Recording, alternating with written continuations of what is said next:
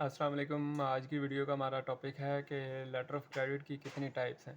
Basically जो type इस्तेमाल होती हैं हम उसी को ज़्यादा डिस्कस करेंगे। और रिवॉकेबल एक लेटर ऑफ़ क्रेडिट होता है और एक इर्रिवॉकेबल होता है। जो रिवॉकेबल होता है, जैसे कि आपने यहाँ पे लेटर ऑफ़ क्रेडिट बैंक के थ्रू खोला और वो लेटर ऑफ़ क्रेडिट आपके बेनिफिशियरी जो किसी और कंट्री में उस तक पहुँचा और उसने वहाँ से कैंसिल कर दिया और आपने कैंसिल नहीं किया, तो वो उसको रिवॉक हो गया। जो रिवॉकेबल होता है वो एक साइड दो भी वो वहाँ से सामान तैयार कर ले और आप यहाँ से रिवॉक कर दें उसको, वो रिवॉकेबल एलसी होती है। उसको उसका नुकसान ही होता है कि दोनों पार्टी जब मर्ज़ी जो जिसमें जो मर्ज़ी जो चाहे किसी भी वक्त उसको कैंसिल कर सकता है। जबकि जो इर्रिवॉकेबल लेटर ऑफ़ क्रेडिट होता है वो दोनों पार्टीज़ की कंसेंट से होता है। अगर वो वहाँ से कैंसिल करेगा तो वहाँ वाला बैंक पहले हमारे बैंक से कंफर्म करेगा कि आपका एप्लीकेंट इस चीज़ पे राज़ी है कैंसिल करने पे या नहीं।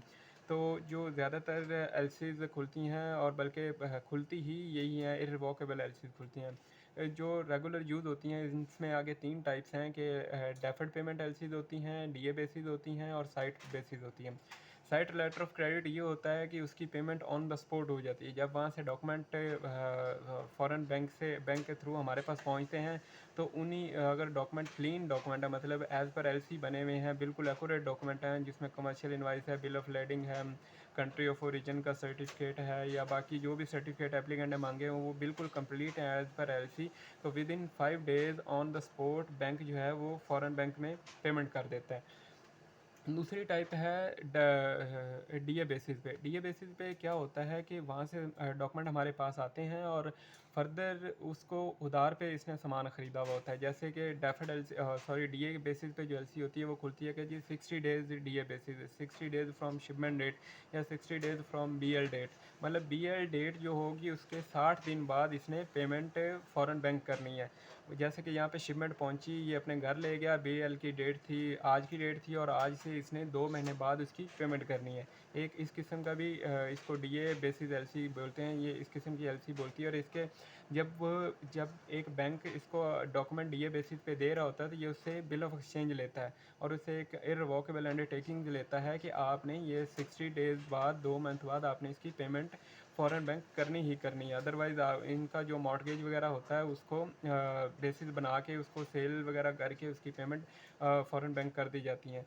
बहरहाल जो हम इससे बिल ऑफ एक्सचेंज लेते हैं वो एक लीगल डॉक्यूमेंट होता है जिसके ऊपर एक गवर्नमेंट की एडहेसिव स्टैंप्स लगती हैं 0.2%, रेवेन्यू स्टैंप्स लगती हैं 0.2%, जिससे वो एक लीगल डॉक्यूमेंट बन जाता है। और उसको अगर यहाँ वाला एप्लीकेंट ये फ़ॉरेन किसी सप्लायर को पेमेंट नहीं करता तो वो उसके ऊपर सू कर सकता है, कोई केस कर सकता है हमारे कोर्ट में या इंटरनेशनल कोर्ट में कि ये मैंने डीए बेसिस पे सामान भेजा था और ये मुझे पेमेंट नहीं कर रहा और सामान मुझसे ले लिया। तीसरे नंबर पे आती है deferred payment LC. Deferred payment LC जो होती है वो वहाँ पे खुलती है जहाँ पे इंटरेस्ट बहुत ज़्यादा होता है। ये सेम डीए बेसिस वाली एलसी है। बहरहाल इस पे जो फॉरेन बिल स्टैम्प्स हैं जो मैंने आपको रेवेन्यू स्टैम्प्स बताई हैं, इसमें बिल ऑफ एक्सचेंज भी नहीं होता। सिर्फ एक अंडरटेकिंग होती है कि ठीक है मैं 60 डेज़ बाद पेमेंट कर दूंगा। जैसे वहाँ से डॉक्यूमेंट आए, हमने डॉक्यूमेंट इनको दे दिया और इनसे एक सिंपल पेपर पे अंडरटेकिंग ले ली कि आपने 60 डेज़ में ये पेमेंट करनी है। ये सिर्फ इंटरेस्ट बेस पे होता है। इसके बाद अगर वो पेमेंट नहीं करता तो वो जो फॉरेन सप्लायर है वो किसी किस्म का इंटरनेशनल कोर्ट में या पाकिस्तानी किसी कोर्ट में किसी किस्म का कोई केस नहीं कर सकता कि ये मुझसे इसने सामान मंगवाया और मुझे पेमेंट नहीं कर रहा। डेफर्ड पेमेंट की एलसी सिर्फ वहाँ पे खुलती हैं जहाँ पे इंटरेस्ट रेट बहुत ज़्यादा हो, जैसे एक दोस्त इस कंट्री में बैठा हो या फॉरेन कंट्री में बैठा हो या दोनों सप्लायर जो है एक बहुत अरसे से एक दूसरे को जानते हैं और बहुत अरसे से एक दूसरे के साथ काम कर रहे हैं। इस किस्म की एलसीज जो है वो डेफर्ड पेमेंट पे खुलती हैं।